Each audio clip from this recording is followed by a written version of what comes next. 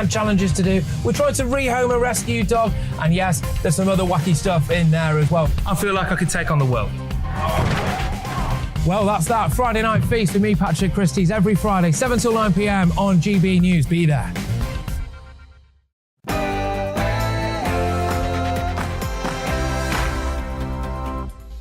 Hello, good afternoon. Welcome to We Need to Talk About on GB News with me, Bev Turner, where we get stuck into the issues that we should be looking at in depth. Nothing is off the table. We will get you through your post-lunch slump. You can just sit there, relax. If you're driving your car, don't relax too much if you're listening on the radio.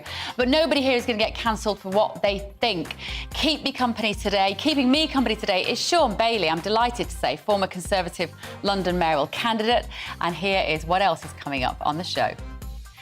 The Tory leadership candidates clash over the cost of living crisis. I mean, it wasn't much of a clash, really. They're being quite nice to each other. And now a former Prime Minister has waded in with his two penn'orth. So who's talking sense about the economy? Are we reaching boiling points over our obsession with the heatwave? Are we facing months of water restrictions? And as the Commonwealth Games comes to an end in Birmingham, hasn't it been more than just totting up the medals tally for the home nations?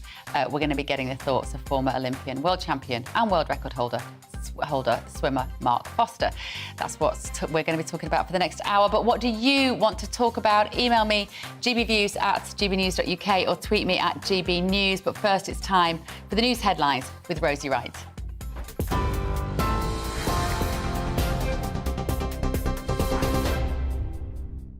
Thanks, Beverly. A very good afternoon. It is coming up to 2 minutes past 2. I'm Rosie, keeping you up to date today on GB News. Now, 3 people have been taken to hospital following a suspected gas explosion in South London. Our national reporter Paul Hawkins is at the scene in Croydon. Paul, good afternoon. What do we know? So far, what we know is that just after 7 o'clock, there was a loud explosion just behind me. And you can see the devastation caused by that explosion. Now, we think it was a gas leak, but that's not been confirmed by the London Fire Brigade yet. People in the road, other residents rushed into the street, and we've heard from eyewitnesses that they pulled 3 children from the rubble. A 4th woman was also rescued, who we think is the mother. Now, 3 of those 4 have been taken to hospital, as you say. 6 fire engines were on the scene, 40 firefighters. There was then a fire, but that's now been extinguished. 40 properties in total evacuated. And at the moment, that is the latest. We believe the fire brigade is still searching for that 5-year-old girl amongst the rubble. Those that have been evacuated have been taken to a nearby community centre, but the search for that girl is ongoing, and the police cordon, a 50-metre police cordon, is still in place. Paul, thank you very much. Live at the scene for us in South London. He'll keep us up to date. 50 properties have been damaged and 4 people rescued after a burst water main flooded an area in North London. Well, roads were closed as 4 feet of water swept through streets in Islington, creating 2 sinkholes. Thames Water have apologised to customers who were affected. It comes as several companies start imposing hosepipe bans because of the extended dry spell. The Met Office is forecasting another heatwave this week with no rain. Downing Street has rejected a call by the former Prime Minister Gordon Brown to hold a Cobra meeting to address the cost of living. Boris Johnson's spokesman says the Prime Minister will be speaking to the Chancellor to ensure planned support measures do remain on track. Well, the spokesman also added that further plans would be a matter for the next Prime Minister. How to manage the crisis has been at the centre of the leadership race. Liz Truss wants immediate tax cuts and an emergency budget next month so the national insurance hike can be scrapped.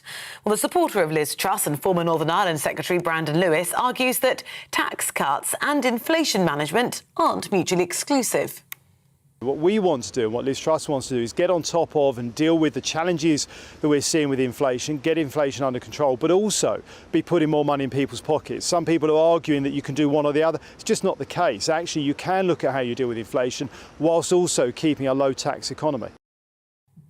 Former Culture Secretary and Rishi Sunak supporter Oliver Dowden told GB News that dealing with inflation should take priority over tax cuts. The first thing we've got to do is crush this scourge of inflation. That is at the root cause of all of this. And that's why, for example, Rishi was endorsed just last week by Nigel Lawson, one of the best chancellors we've ever had, who served under Margaret Thatcher, who understands the need to crush inflation first because it makes everyone poorer, and then to cut people's taxes for the long term. The Labour Party are calling for action now. Shadow Armed Forces Minister Luke Pollard told us the Conservative government needs to support vulnerable people. There are already families struggling right now, already pensioners struggling right now. And if we don't see bolder measures taken now, not waiting until the autumn, then I fear we're going to see an increase in deprivation, increase in hunger, and more people turning off their heating in the winter months, which we know will only lead to more health problems and further pressure on an NHS that's already in crisis. In other news now, and the Met Police strip searched 650 young people over a 2-year period, and in a quarter of cases without an appropriate adult present. The figure's been condemned by children's charities. The Children's Commissioner asked for the information after a 15-year-old schoolgirl who was on her period was strip searched after being wrongfully suspected of carrying cannabis. Scotland Yard data shows hundreds of cases were between 2018 and 2020. More than 95% of those stripped were boys. The former head of the UK Border Force has welcomed an apparent change in tactics by French police to try to stop migrants from crossing the Channel. Officers were photographed puncturing a small boat and then smashing up its motor on a beach near Calais. More than 18,000 people have been intercepted by British authorities trying to make the journey so far. This is GB News. I'll bring you more as it happens. Now let's head back to Bev for We Need to Talk About.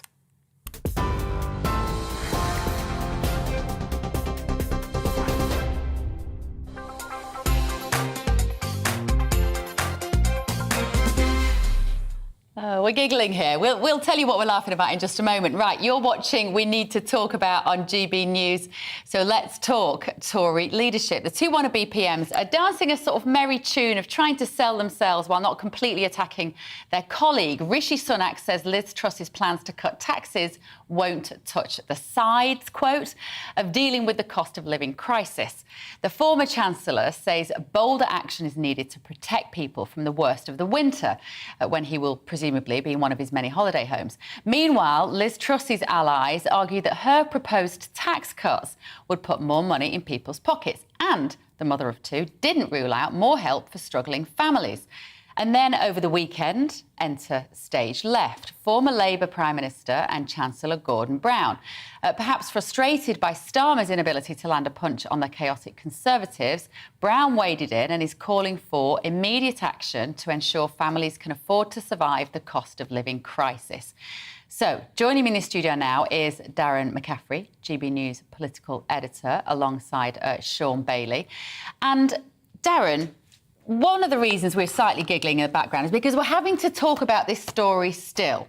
And none of us, the three of us, are sure it's very interesting. Now, I realise that's a bit of a strange thing to say to your audience about a topic, but tell us why it remains important, Darren. Well, I mean, we're, 3 weeks, I think, Bev, into this leadership contest. Feels like 3 years. We've got, I think, 4 weeks left, nearly halfway. The reason I think I would say it's come slightly stayed and boring is because we're essentially in a carousel of going around and around on the same issues again. We know what they are. You've just spelt them out when it comes to this cost of living crisis, about what to do, about whether it is trying to tackle inflation head on by essentially keeping the tax raises that we've seen in place, or whether it is to actually cut tax to spur economic growth, as Liz Truss would suggest. But we heard that 3 weeks ago, and we've heard it every day since. And yet it carries on and it carries on. But the reason it does matter, and actually I think the reason Gordon Brown may well have a point in all of this, maybe not about calling a Cobra meeting. I don't know why everyone needs to call a Cobra meeting every 5 minutes when any thing comes up. He wanted daily Cobra meetings. But frankly, I think what he's trying to suggest is the government need to get on top of this now. Today, Downing Street turned around and said, well, we're not, because we can't make any big decisions while Boris Johnson is still Prime Minister, i.e. he's essentially lost his mandate with the party and it wouldn't be right. But in the end, what is going to happen over the next couple of months is we're going to see massive increases in energy prices. People are already struggling. Food prices are pretty high. Inflation's going to get even higher across the board. People are going to need help. Everyone recognises that. The big question is, why are we waiting? And we're waiting because of this Conservative leadership race. And that is why it matters, because it matters who becomes the next Prime Minister, because in the end, they're going to have to make these really, really difficult decisions. Can they not hurry it up, Sean? No, they can't. We have rules. Let's deal with Gordon Brown first. He should absolutely jog on, because the real big problem we have in this country is the massive amount of public spending we have, and it started under him. Anybody who pays attention to this will remember the fiasco over the gold, and that was just one moment where he absolutely destroyed our finances. We are now suffering from the activities of the last Labour government. Let's be very clear about that. Secondly, this, unfortunately, is going to drag on, but it is important because we're not just selecting a leader for the Conservatives, we're selecting a leader for the entire country. And the single biggest thing they'll have to deal with is, of course, the cost of living. But it isn't just a crisis. It's an ongoing look at how we fund this country, how we charge people tax. And the reason Liz is right, because you must, at the heart of any conversation, have a notion that you're going to let people keep the money they earn. Yeah. We have a record level of job vacancies now. Why are people not running out and getting those jobs? Don't know. Because they don't want to give the money back to the government. If you work, you want to keep your money. And it also probably because they've had quite a lot of money from the government. I know a lot of people who are on furlough who, frankly, have got used to sitting home and not doing a lot. I couldn't agree more. One of the reasons I'm not a Rishi fan is because under furlough there was an inordinate amount of fraud, and he didn't go after that money. That money belongs to the hard-working, hard-up people in this country. He should have got that money back, and because he didn't, for me, I can't support. I think it's about $5 billion they've just written off. They know that. I mean, it was more than that, but I think the $5 billion is it's just gone. $5 billion that we could have spent on the NHS, bills, whatever we wanted to. OK, well, I'm going to bring in now David Maddox, political editor of the Sunday Express, to tell us what he thinks. Good afternoon, David. Are you there? Yeah. There you are. I don't know whether you just heard the conversation that we've been having here. What's your take on it? I guess it's one of those stories at the moment. It doesn't necessarily set us alight, but it is important. And we do have to consider, as Sean just said, the longer-term implications of whoever becomes Prime Minister and what that will mean for the country. Yes, well, it's certainly important, and Darren's right, though. It is dragging on and on and on. You can't help but feel that the Conservatives could have come up with a slightly shorter format for this leadership contest rather than taking the entire summer for it. I would like to correct or take Sean on one thing, though. You know, I agree with him that the size of a state needs to be shrunk, and that part of the problem, the inflation problem, is the enormous public spending. But the Conservatives have had 12 years to shrink the size of the state and to really tackle public spending. I mean, admittedly, the first 5 of those was with the Liberal Democrats, which made it difficult. But, you know, there's been plenty of opportunity here. And, you know, it's about time, frankly, they got on with it, because they keep promising us they're going to do it. Sean, do you want to respond to that? I wish I could argue with you, but you're completely right. We have had some time to do it, but that's why I'm excited about Liz, because she seems to have the notion that politics isn't just about the economy.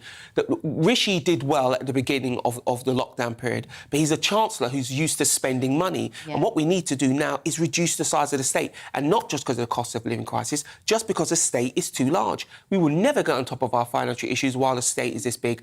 I'm more confident in Liz's plan to take on the state than I am Rishi's. David, I think a lot of the frustration for the British public watching this is how few people will actually get to decide this. I think it's about 160,000 members of the Conservative Party will vote. How much will do you think there is in the nation for a general election off the back of this? I keep calling it a presidential campaign. It feels more like that, doesn't it? It feels a bit more like an American talent show. But what do you think the appetite would be for a general election soon after this? I think there'd be more appetite, frankly, to get on with the problems and to deal with this cost of living crisis. But that said, we've got some polling which we're about to put out there, which shows that there is some support for a general election, because people think that the new Prime Minister, because of his presidential style and the presidential style of his campaign, and actually back in 2019 as well, does need a fresh mandate. And, you know, times have actually changed. It's a short period, but times have changed since 2019. And there are some very different challenges ahead and some very different things which need to be done quite urgently. And maybe the new Prime Minister needs the mandate to do what's necessary, especially with Liz's programme of government, which is really quite radical and involves slashing the size of a state, as we said, but also slashing taxes. Darren, as a political editor, you'll probably be quite excited by the idea of a general election. We keep you and Tom Harwood very busy in this studio. Indeed. Well, I mean, politics has been busy for a very long period of time. And all I would say is it's really interesting in this. We obviously had David Cameron as Prime Minister, Conservative Prime Minister, elected in 2010, who left in 2016. That felt like a very distinct form of government. Theresa May took over, struggled with Brexit, felt like a very distinct form of government. Yeah. Then Boris Johnson took over, and he was very deliberate in saying, I'm not like the previous Conservative Prime Ministers. This is almost feels like a new government, not necessarily even a Conservative government at times. And I'm sure whoever wins will try and do the same. The question is, will that now still wash with the public? Because it is becoming, I think, increasingly difficult for the Conservative Party to try and keep reinventing itself. This is not Doctor Who. This is government. And I think the public potentially, despite the appetite for an election, are getting to the stage where they're saying, any party wins government for 12, 13, 14 years starts to feel a little tired. Can these reinventions really, really reinvent the Conservative Party? That's the real challenge for whoever takes over, is convincing the public that this is a new government that is not like the previous 12 years. Because clearly, whoever's trying to take over is trying to break with the past. And how do you do that, Sean? I mean, I disagree. I don't think there is any appetite for a general election, if only because people have had enough of elections. And let's be clear... Like Brendan, not another one! Our system, nearly half of our last sort of 20 prime ministers have been elected or selected by their party, not by the public. Our system is you elect a party and that party picks a leader. It isn't presidential, and that's why this is what the public are used to. But the real thing is, most people are trying to make ends meet. They don't care for a general election. They care for activity and action. And the government to people, be it Labour or Conservative, is all the same. What they want is action, not words. But it is interesting, so just on that point about where it all comes from, is that, of course, Boris Johnson tried to claim, and people would say he's got validity in this, that he had a personal mandate of 14 million voters who voted for him in 2019. But in the end, it was, 40 or 40,000 people in Uxbridge that voted for him, not 40 million people, because we do have a parliamentary system. Yeah. And yes, looking at this election campaign, or this leadership campaign, it is difficult sometimes to remember that, but we are fundamentally a parliamentary democracy. Last question to David Maddox, political editor of the Sunday Express. David, I'm going to ask you this question. I asked one of the other journalists, one of the political editors of another newspaper this. Which of these candidates do you think wants this job the most? That's a very interesting question, actually. I think Rishi Sunak does.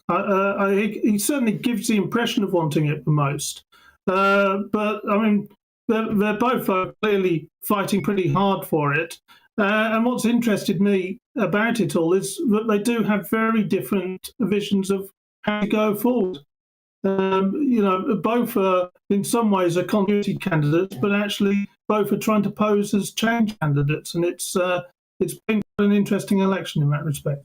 OK, all right. Thank you, David. David Maddox there from the Sunday Express. I think between us we managed to make a potentially boring topic quite entertaining there. Well done, boys. Right, don't go anywhere. We've got 45 more minutes of this. At least you are watching GB News on TV and radio. Coming up, are we all getting too hot and bothered over the UK's heatwave, or should we really be worried about water shortages and hosepipe bans? We're going to be talking to somebody that runs a garden centre. I want to know how it's affecting businesses. So stay with us for that. Time for a short break now and a check on that weather. Hello, Alex Deakin here with your latest weather update. Lots more blue sky across the country this week. Plenty more sunshine. Temperatures are going to continue to rise, and there's very little in the way of rainfall for the vast majority, thanks to this, a large area of high pressure. Notice there is this weather front draped across the far north, been bringing cloud and some outbreaks of rain over the Northern Isles, the Western Isles and northern parts of the Highlands today. That's going to continue overnight. We'll see a bit more rain pepping up through the early hours here. But elsewhere, a cracking summer's evening and a fine and clear night to come. The winds are mostly pretty light, and that will allow a little bit of mist and fog to form through the early hours across parts of eastern England. It's not a particularly oppressive night, but temperatures holding up at 12 to 15 Celsius. A warm and sunny day to come then on Tuesday. Any early morning mist and fog will disappear very rapidly. We will still have a lot of cloud across the Highlands, the Western Isles and the Northern Isles, but it should be easing off the rain at least, maybe lingering in Shetland into the afternoon. But for most it is going to be dry, and central, southern Scotland, Northern Ireland, England and Wales, blue skies and temperatures getting into the mid or even high 20s and perhaps even 30 Celsius across the southeast.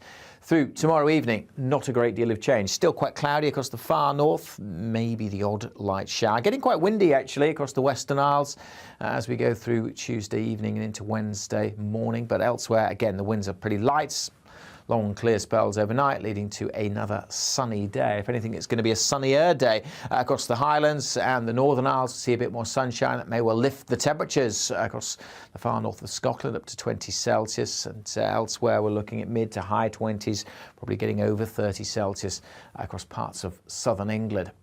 It's going to get hotter still over the rest of this week. Signs of a change perhaps as we go into next week, but until then, lots of sunshine and temperatures getting into the mid-30s across the south.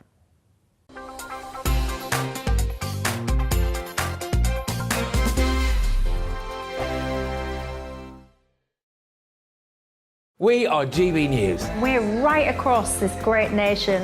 On TV. On radio. On digital. Absolutely everywhere. We don't talk down to you. We embrace all voices with honest and civilised conversation. We are not part of the establishment. We're one of you. And we're only getting started. Join us on GB News, the People's Channel, Britain's news channel.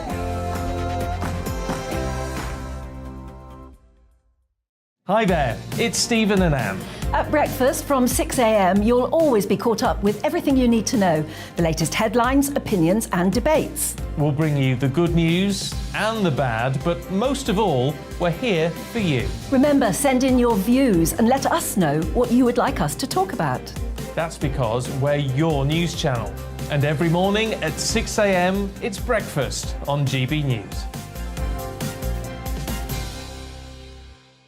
My name's Tom Harwood and join me 9:30 a.m. every weekday for The Briefing, your one-stop shop for everything you need to know about what's going on in politics today. I wonder if this is a deal that might need to be like the biscuits in this factory, twice baked. Is there not an opportunity here to win out against the extremes? Tom Harwood, GB News. What are you going to do about it? Things should have been done differently, and they certainly are being done differently. Don't miss it. The Briefing with me, Tom Harwood, 9:30 Monday to Friday on GB News. Where would you like to go? Just take me to the studio, please, mate. You know where you're going. I've got a show to do. Friday Night Feast on GB News, 7 p.m. And it's like nothing you've ever seen before. We take a different angle on the week's biggest news stories. The viewers and listeners set me some absolutely mad challenges to do. We tried to rehome a rescue dog. And yes, there's some other wacky stuff in there as well. I feel like I could take on the world. Well, that's that. Friday Night Feast with me, Patrick Christie's, every Friday, 7 till 9 p.m. on GB News. Be there.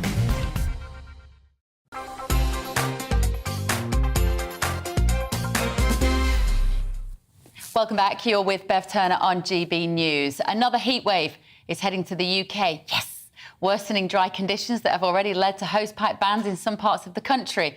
Although temperatures will remain lower than those record-breaking highs of 40.3 that we saw a couple of weeks ago, this latest hot spell is expected to last longer and peak in the weekends. Well, that's convenient if you're at work. Britons are being urged not to host barbecues in the dry conditions as they could spark large-scale fires in parched areas. Aidan McGivern, meteorologist and weather forecaster at the Met, joins me now. Aidan, as a weather forecaster, do you want to deliver hot weather as good news, and then you're told to say things like don't have a barbecue in case you burn the local park down? People aren't stupid, are they, Aidan? Well, we see that, though, when we have heat waves in the past, that we see fires, as a result of people having barbecues. So the vast majority of people aren't stupid. The vast majority of people do sensible things, but it's worth reminding people about the kinds of impacts that barbecues and things like that can have because of the effects that we've seen on previous heat waves. Had all of that drama, didn't we, Aidan, in the build-up to those two hot days that we had in the end of July. And, there was forecast that there were going to be thousands of people would die, and that didn't happen, did it? I mean, it was really hot, and there were some fatalities, but they were drownings. Do you think it's important that we draw a distinction between the heat being dangerous to human life and human behaviour which can get it wrong in the heat? Well, it is very difficult to predict human behaviour, and you could argue that thousands of people didn't die because of our warnings, because people were looking after themselves a bit more. And I don't see what's wrong with, warning people about the potential for the kind of weather that we don't experience often or ever in the UK, the kind of weather that can have serious impacts on vulnerable people. When it's not like during the pandemic, we're not forcing people to stay at home. People can make their own decisions, but it's worth informing people about the kinds of impacts that unusual weather can have in this country. So what we're looking towards now is a longer period of dry weather without those same intensity heats that we did see. That's probably a good news story, isn't it, Aidan? Yeah, for many people, it's August, it's school holidays, it's great for tourism, it's beautiful weather out there for people who want to go outside and enjoy it with their families. There's no denying that. And, we're not all doom and gloom here at the Met Office. I had a lovely weekend camping in the Cotswolds and it was beautiful weather. So, yeah, there are plenty of people who can enjoy the weather this week and enjoy it safely. It's just about making sure people are aware of the kinds of risks that can be associated with this weather. So wildfires, risks of dehydration, heat stroke, and of course the ongoing drought that we're seeing. Yeah, and don't get drunk and jump off bridges, I always think is wise advice for people. The drought situation, though, Aidan, that is something that is going to be irritating for a lot of people, particularly those who want to have a nice garden and go out and water the lawn or fill the paddling pool and stuff. Why do we keep getting it wrong when it comes to preserving our water? And by that, I don't mean the behaviour of the public, but I mean the water companies and the fact that we haven't had any reservoirs built in this country for about 30 years. To be honest, that's beyond my pay grade, commenting on water resources and so on. I'm mainly focused on what's coming out of the sky rather than what we're storing in the ground. And, this summer and spring, it's not just about the heat waves that we've seen recently. It's 10 months of water shortages from the lack of rainfall that we've seen throughout autumn, winter, spring and summer so far across a large part of the south and the east of the UK in particular. So it was the fact that we had so little rain in the winter as well in 2021. Is that what we're still going to be paying the price for now? Yeah, and winter's a key time for recharging the water resources. And so if we get a short amount of rainfall in the winter, then we pay the price through the summer. And that's what we've seen. So it's not just about the hot weather that we've seen at times this summer. If we had normal amounts of rainfall in the autumn and the winter and the spring, then we wouldn't be in this situation now. OK, all right. Thank you, Aidan. Aidan McGivern there, meteorologist, weather forecaster and not water services expert, which I now know. But I'm going to be joined by the owner of Chandler's Ford Garden Services, Richard Carpenter. Hello, Richard. So you own a garden centre. This is serious for you. I guess you can, because it's your business, you can still water all of the plants that you sell, presumably. Yeah, I need to correct you there. I don't own a garden centre. I run a gardening business. OK, fine. What does it mean? What does it mean for you then? So, for me personally, things like maintenance of grass at the moment, you can't do it because grass is essentially brown and dead. So that's lost income for businesses across the Hampshire area right now. It's also for a lot of my customers. A lot of my customers are elderly customers, and I saw a customer this morning. She's got mental health issues because of, for her the garden is everything, and she's really struggling because she can't water it. She's seeing her plants dying. So from that point of view, it's really hard on the elderly. I'm not sure if you're aware, but if you have a blue badge, you are still allowed to water your garden with the hose. Yes, I believe so. I think the logic for that, Richard, isn't it, that if you are somehow disabled, you can't. The idea is you can't use a watering can to use. Now, so on that basis, that means that able-bodied people, we can still use a watering can. We just can't use a hose pipe. Is that right? That's totally it. And obviously, if you're sensible, you go out and get yourself a water butt, and you can use the grey water. So you're washing up water, your dishwasher water, your washing machine water. So that can be used on plants and the grass. But I wouldn't advise touching or worrying about your grass. I was around in 1976 when we had the last big drought, and within 5 or 6 days of the first rains, all the grass came back and it was nice and green. So don't panic about your lawns; they're not dead. But certainly from a point of view of wastewater, yeah, use it on your plants. Maybe not using it on vegetables because you'll be eating those, but certainly on your plants, they can be watered with grey water. Do you think, Richard, are we at a time when we will have to start planting different things in our garden, so more of the kind of Mediterranean climate? Again, really interesting discussion I had with the customer this morning. She has a bed where it's, it's a cottage garden. And one of the points that she made to me this morning is she is literally looking to do that. She wants to make it a Mediterranean garden because she can't get out there and water it all the time. And I've had conversations with other customers that are looking to do very similar. Absolutely. Yeah. And coming back to your point about reservoirs earlier, Chandler's Ford is down near Southampton, near the coast. There's a lot of new houses being built at the moment around Chandler's Ford, Eastleigh, Southampton. The problems are going to get harder for water supply for the likes of Southern Water. I spent a little bit of time in Australia, and over there they've built desalination plants. Where by the coast here. Surely it's worth looking at investing in desalination. I couldn't agree plants. more. It feels like somebody has to take some initiative, use some imagination and forward plan on this, doesn't it? Thank you. That was Absolutely. Richard Carpenter there. Thank you, Richard. Get back to you.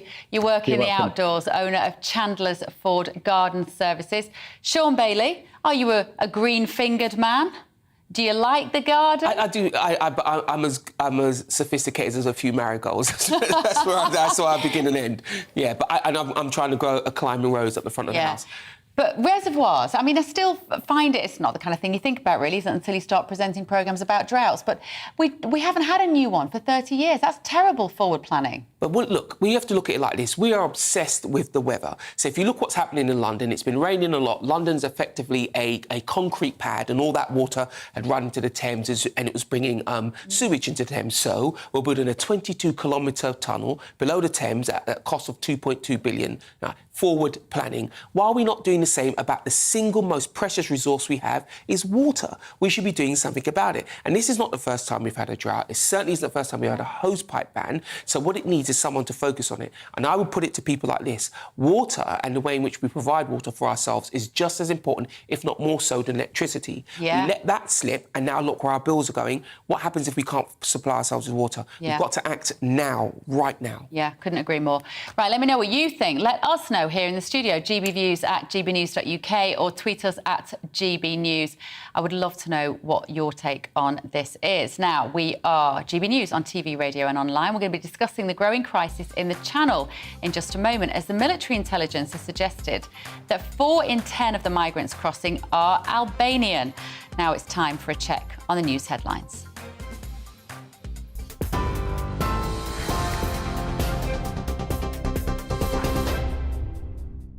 Good afternoon, it's 2:32. I'm Rosie Wright, keeping you up to date on GB News.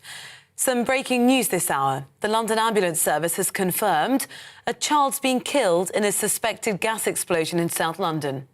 A terraced home collapsed and neighbouring properties were damaged by the blast in Thornton Heath. 3 other people have been taken to hospital and a 4th person was treated at the scene. 50 properties have been damaged and 4 people rescued after a burst water main flooded an area in North London. Roads were closed as 4 feet of water swept through streets in Islington, creating 2 sinkholes. Thames Water has apologised to customers who were affected by the incident. It comes as several companies impose hosepipe bans because of the extended dry spell. The Met Office is forecasting another heatwave this week with no rain in sight. Downing Street's rejected a call by Gordon Brown to hold a Cobra meeting to address the cost of living. Boris Johnson's spokesman says the Prime Minister will be speaking to the Chancellor to ensure planned support remains on track, but that further plans are a matter for the next Prime Minister. Well, Liz Truss wants immediate tax cuts and an emergency budget next month so that the national insurance hike can be scrapped. Writing in The Sun, the former Chancellor Rishi Sunak said Liz Truss's measures won't touch their sides in helping families tackle the cost of living and said tackling rising prices has to come before cutting taxes. The former head of the UK Border Force has welcomed an apparent change in tactics by French police to try to stop migrants from crossing the Channel. Officers were photographed puncturing a small boat and then smashing up the motor on a beach near Calais. More than 18,000 people have been intercepted by British authorities this year so far. TV, online and DAB Plus radio, this is GB News. Shortly, we'll be back to Bev for We Need to Talk About.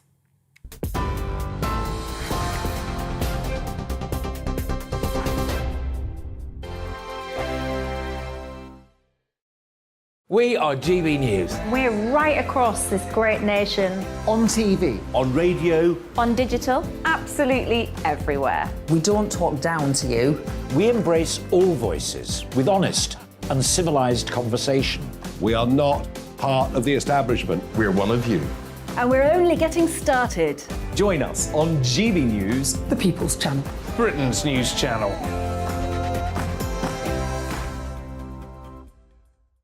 Hi there, it's Stephen and Anne. At breakfast from 6 a.m, you'll always be caught up with everything you need to know, the latest headlines, opinions and debates. We'll bring you the good news and the bad, but most of all, we're here for you. Remember, send in your views and let us know what you would like us to talk about. That's because we're your news channel. And every morning at 6 a.m, it's breakfast on GB News. My name's Tom Harwood and join me 9:30 a.m. every weekday for The Briefing, your one-stop shop for everything you need to know about what's going on in politics today. I wonder if this is a deal that might need to be like the biscuits in this factory, twice baked. Is there not an opportunity here to win out against the extremes? Tom Harwood, GB News. What are you going to do about it? Things should have been done differently, and they certainly are being done differently. Don't miss it. The Briefing with me, Tom Harwood, 9:30 Monday to Friday on GB News. Where would you like to go? Just take me to the studio, please, mate. You know where you're going. I've got a show to do. Friday Night Feast on GB News, 7 p.m. And it's like nothing you've ever seen before. We take a different angle on the week's biggest news stories. The viewers and listeners set me some absolutely mad challenges to do. We tried to rehome a rescue dog. And yes, there's some other wacky stuff in there as well. I feel like I could take on the world. Well, that's that. Friday Night Feast with me, Patrick Christie's, every Friday, 7 till 9 p.m. on GB News. Be there.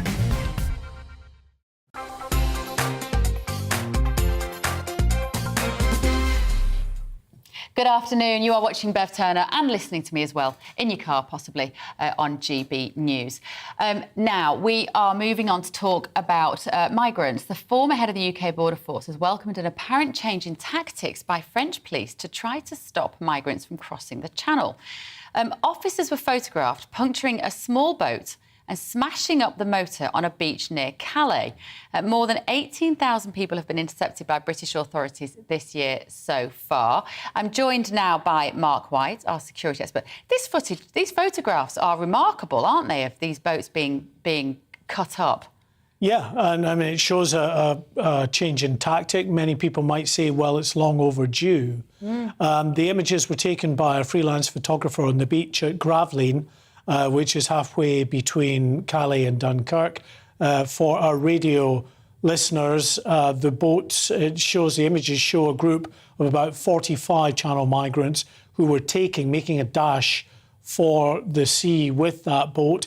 An unmarked police vehicle dashes up to the scene, intercepts them. The police are out with a knife, puncturing that boat, and you see it deflating there on the sands. And then moments later, they start smashing up the outboard motor as well. Shaking each other's hands. I mean, listen, no one's seen Patrick Christie for a bit. It's not him, is it, down out there? He likes a challenge. He likes a challenge. It's nothing Friday night's show, is it? So, but I mean, we're laughing because there's almost unbelievable pictures. This is what a lot of people have wanted for a long time. Why have the French not been getting involved, smashing up these boats when they had the opportunity? Why now, Mark? Well, I mean, it's a very pertinent question. Why now? One of the reasons they'll probably say is that when you're dealing with 45, 50 people who are heading to sea in a boat. If you interfere with them and there's only a handful of police officers, then there is the possibility of them being overwhelmed and some serious harm coming to them. But remember, the French police are armed, and anybody that has been to Calais, Dunkirk, along that area, as I've been many times, you see dozens of French police vans, the CRS, their equivalent to public order police, the riot squad, who are there. So they're there in numbers. If they want to, if they're determined enough, they can get to the boats on the beach. Maybe this is a shift in tactics. Maybe the cynic in me thinks that we have got the renewal coming up soon of an annual payment that the Home Office pays the French millions of pounds each year to enhance their border security. Who knows? But for the time being, at least, this certainly looks like a change of tactic that will be welcomed by many, because that figure, the number of those coming to the UK, has now topped 18,000. In fact, our analysis of the figure says it's 18,500. Now that compares to 11,000 at this point last year, so you can see which way they're going. I'm going to bring Sean Bailey in just a moment, but what about these Albanians? It's not really a war-torn country, is it? It's very poor, there's a lot of poverty, but that's no excuse to come here. Well, I think it goes to, in a sense, hammer home the point that many have made critics of the current policy, which grants asylum to many of these people, who say that actually a very significant number of them, they may be fleeing or coming away from countries that are pretty wretched to live in, but they're not leaving a war-torn area. And Albania, certainly these days, is not a war-torn area. 4 out of 10, 40% of those crossing in about a 5 or 6 week period recently were from Albania. So, I mean, most of them, it has to be said, throughout the year are from Iran and also Iraq, and some Syria, not as many now, but clearly Albania, Romania. Sean Bailey, what do you think when you hear that about, I mean, these people, as we say, they arrive on these boats, they're often throwing their documents overboard, throwing their phones overboard. What do you do? I think the first thing to talk about is this destroying the boats. The cynic in me feels like it might have something to do with the payments. This is one incidence of that. And I'm quite surprised the French police haven't been doing it all along, because it's basic criminality. And if you're actually allowing that equipment to go back into circulation, I personally am astonished. Just through professional pride, the French police should have been doing this all along. When you talk about seeking asylum and the difference between asylum seekers and economic migrants, I think what we should be saying to asylum seekers are, it'll be far easier for us to process your claim if you have paperwork. Now, I understand that many people seeking asylum don't have that, but some could provide that, because it would help cut down the backlog, quite frankly. But we do have to take a more definite line on people who are economic migrants, because if you're seeking asylum, you should have stopped in the first safe country. Clearly, that's not happening. And if they're economic migrants, then we need to have a different approach to them. But I'll say this. Our economy right here, right now, is producing record amounts of employment. If we don't take that employment up, of course somebody else will. So there's parts of our economy that will welcome these people. Yeah. So people need to look at these things in a round. But the deeper, bigger, wider thing is two-stroke. What are we doing to help these countries where it is tough to live? We should be helping them build their economies, not giving them trade, not giving them aid, give them trade. And the second part is as well, we need to get an international response to the huge amount of economic migrants in the world. Yeah, OK. Thanks, guys. Thanks very much. We talked about that, actually, a little while ago, about whether we should be allowing people that arrive in this way to get a job. And actually, a lot of you thought no, because that would make it more likely that they would stay if they weren't able to. But I can't help but think, give them a purpose, give them a job. As Sean says, all the shops, all the coffee shops, all the garages you go into, no one's got anybody to do any work at the moment. So anyway, let me know what you think. gbviews@gbnews.uk. OK, moving on. According to recent reports, vaping is becoming ever more popular with young people who've never smoked before. This does not come as a surprise to me.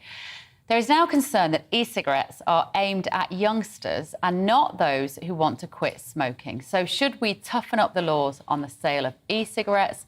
And why are they becoming so popular with teens. I want to discuss this with you, Sean Bailey, because you're also a youth worker. Yes, I am. You have a lot of teenagers in your life. You get to hear them. As I do, I've got 2 teens and 1 slightly younger.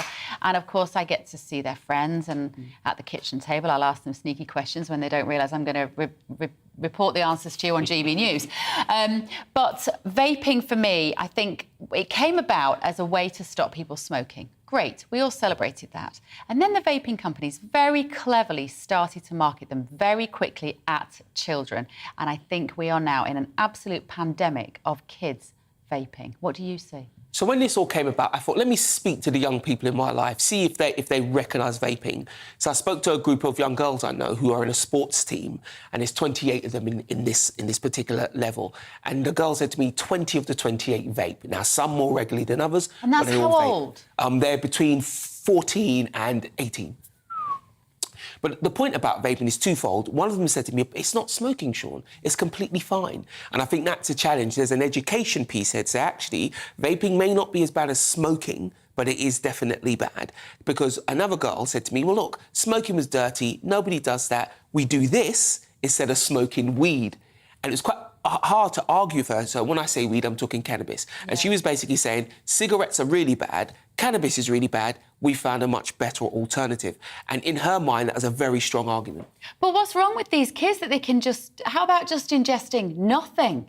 No cannabis, no cigarettes, or no chemical vape. I mean, I guess what we believe is that they aren't as dangerous as cigarettes, and that's probably true. But they have only been around for quite a short period of time, vaping and these e-cigarettes. And my concern is we don't yet know the long-term health implications on the mouth, on the esophagus, on the brain, because they contain nicotine, which is not good for a developing brain. But you've got to remember who you're dealing with. When you're dealing with teenagers, I always say this to people, you are dealing with someone who's taller and better looking every day they wake up. They are invincible. So it's quite hard to say to them in the future. I mean, I spoke to these girls and I talked about people who are 30 and they, 30, oh my gosh, you're over the hill. So you've got to remember who you're dealing with. And these companies have realised that. Because the other reason they get into vaping is because it's cool. It's portrayed as cool. I spoke to another 2 boys I know, and one of them says he vapes because the shop is clean, it's safe, the guy who runs it is completely nice, and he says, you do that, Sean, or you do with shady characters who sell you drugs. So when I said, why don't you do neither of the things? He said, well, I'm bored, I like it. And of course, there's a trading thing. What flavour do you take? What system do you use? There's a big world around it, and that world has been presented as cool. And I always say to people in authority, if you're asking teenagers to do something else, you have to have an attractive alternative. And right just now, it doesn't look like there is one. That is so depressing. I'm afraid it is, but I tried to tell these girls who play sports, this is, ruining your performance. That was the only thing that made them think, hold on a second, because in the mind of young people, vaping is risk-free, certainly health risk-free, and I think people need to challenge that notion a little bit. And a lot of young people, not many now, are using it to give up smoking, and that's where it started from. But once they give up the smoking, they're sort of captured by the vaping. Do you think, though, vaping is becoming a gateway drug to cigarettes and weed and then other drugs? Because I think it is. I think by getting an addictive habit started young in these teenagers, because these vapes, for people who don't know, that it's like heats up a liquid, doesn't it? That's right. And you can have strawberry flavour and bubblegum flavour, and the marketing is very colourful and it's clearly aimed at children. I feel like they're getting kids in via the vaping, and then when they're not getting the hit from that they want, then they're going to these old-fashioned things called cigarettes, and then they go into weed. Most young people I spoke to think cigarettes are something from the 1950s. They're just like, ugh. And that's great, isn't it? Who smokes cigarettes? One girl said to me, makes your hair stink. I'm not interested in that. So I don't think vaping leads to cigarettes. I think vaping's kind of beyond cigarettes. There's so much more to it with the colours and the flavours, etc. When it comes to drugs, as we would all feel about them, I think drugs is a very separate thing. I don't think children start with vaping and then move on to drugs. If they get into drugs, it's because they started drugs normally through normal smoking and or through smoking of weed, and then they go beyond. Vaping is a thing in and of itself, but it has so many levels, I think it could get to a very epidemic levels, because you can smoke a different system, you can smoke a different flavour. The teachers can't smell it on you. They've got it in their pockets at school. Exactly. You can have an one kid said to me he has an e-cigarette in school because it's easy to conceal. Then when he comes out of school, he's got a great big vaping block because that tastes better. So there's a lot there. So I think education is the first piece, and actually us challenging vaping as having no risk at all. Unbelievable, isn't it? Right, thanks, Sean. Honestly, parents, I'd just keep an eye out for it because it's just everywhere. We're going to have a look at some of your views and what we've been discussing today on Gordon Brown's advice to the Tory leadership hopefuls. Marianne says, Gordon Brown is the man who sold all our gold, left us in debt and did nothing to take this country forward, and he's now proffering financial advice. No, thank you. There is a reason Gordon Brown is no longer in politics. And on the hosepipe ban, Michael says, why are the underground water mains leaking so much? It's very true. The private companies who are profit-driven will not fix them. We don't need a hosepipe ban. We need to sort this out. I couldn't agree more. Right, we are moving on now. We are going to be talking to Mark Foster in just a moment. The Commonwealth Games in Birmingham end tonight. They were a massive success. Medals galore for the host nations with standout performances in swimming, athletics, hockey, boxing, etc. But what will the Commonwealth Games 2022 legacy be? And has it managed to achieve more than just sporting prowess? Well, I'm delighted to say that joining me now is world champion, world record holding swimmer and old pal of mine, Mark Foster. Hello, nice to see you. Nice to see you. Now, I get to talk to you on the channel. I know. Welcome to the new channel, Mark. It's nice to see you on here. Right, I was watching the Commonwealth Games, as you can imagine, as were you, and I was just so heartened by the fact that it really, for me, signified and signalled that we'd moved on from a lot of the lockdown of the last couple of years, the celebrating and the obsession with, not celebrating, but the obsession with a kind of a fragility of human life, and to see the strength of human life in young people, I just thought was amazing, and it was just what we needed. What did you make of it? Listen, I think the event that Birmingham put on was brilliant. I think the facilities that they built and the facilities that they kind of did up worked fantastically. Alexander Stadium was awesome, and on the opening ceremony night, I was blown away by it. Not just the stadium itself, but the way the crowd got in there, the organisation, the volunteers. I think it was 40,000 volunteers or something. It was huge.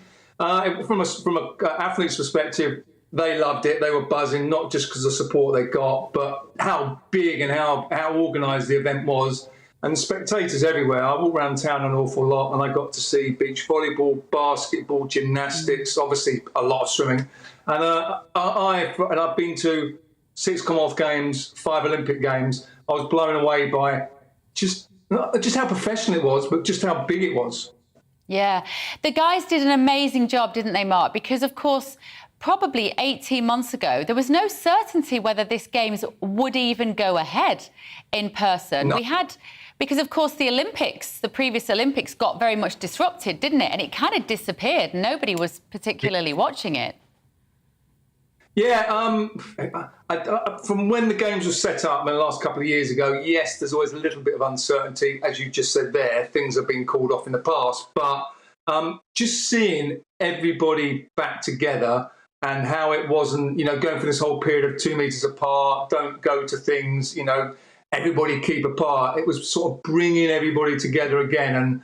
And I think people were so happy to be, let's say, free again and in that environment and watching something that was so positive.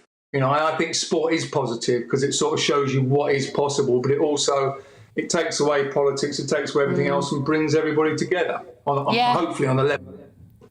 Absolutely. I had Tom Dean in the studio on Friday. I think he's the most decorated swimmer or most decorated Commonwealth athlete, definitely for England, if not ever, I think it was fair to say.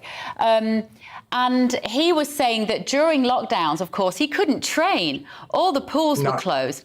That is something that these athletes, everybody that was competing there in the last 10 days or so, would have had to have had a period of time when they just couldn't do the exercise in the way that they would have normally done. What would that have been like for all of those athletes, regardless of the sport? Weird. I think it was weird for all of us, wasn't it? We had to change the way that we behaved and the way that we lived. And for them, they had to change the way they behaved, the way they lived, and the way that they trained. It's the same as people going to work. They suddenly stayed at home.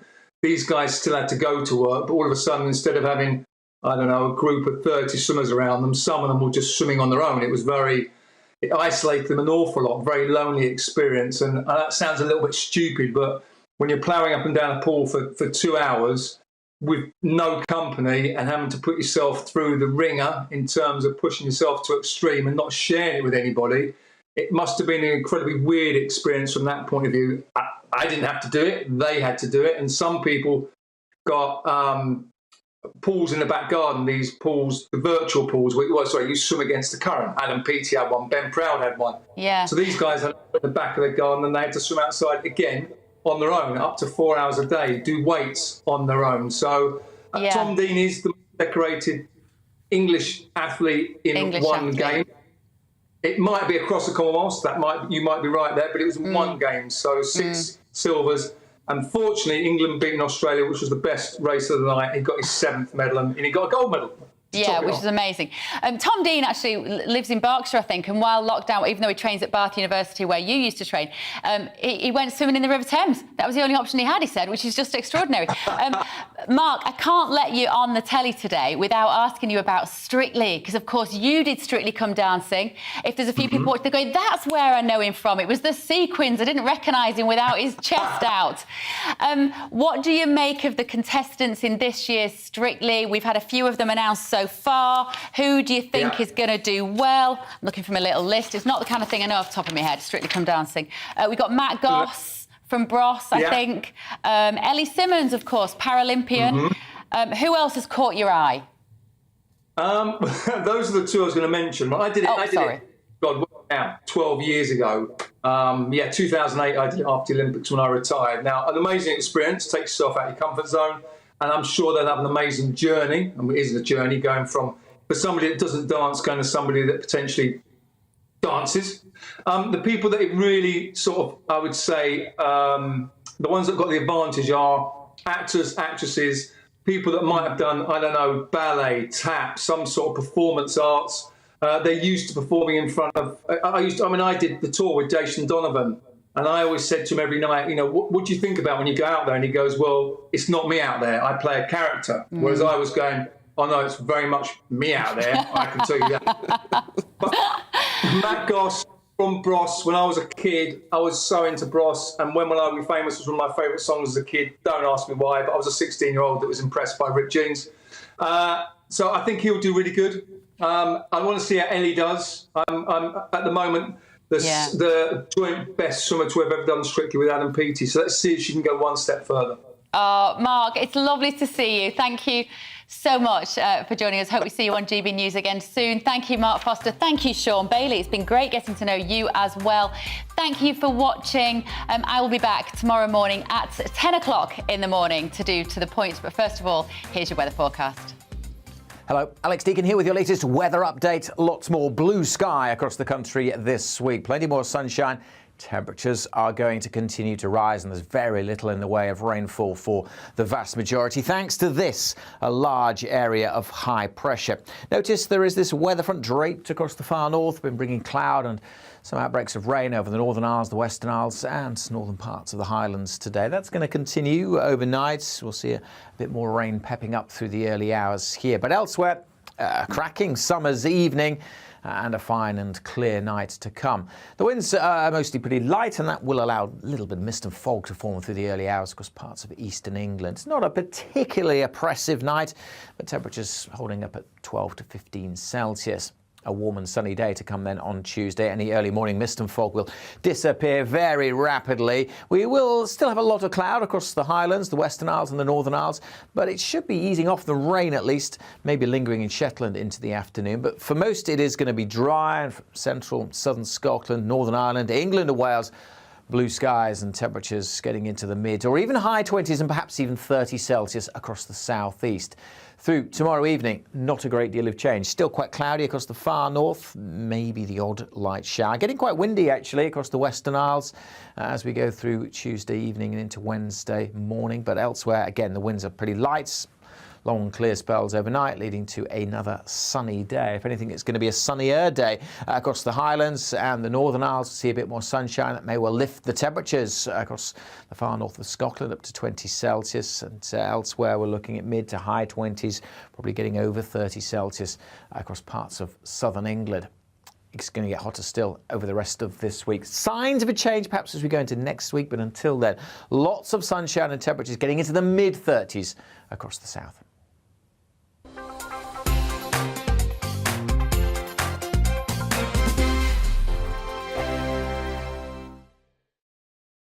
We are GB News. We're right across this great nation. On TV. On radio. On digital. Absolutely everywhere. We don't talk down to you. We embrace all voices with honest and civilised conversation. We are not part of the establishment.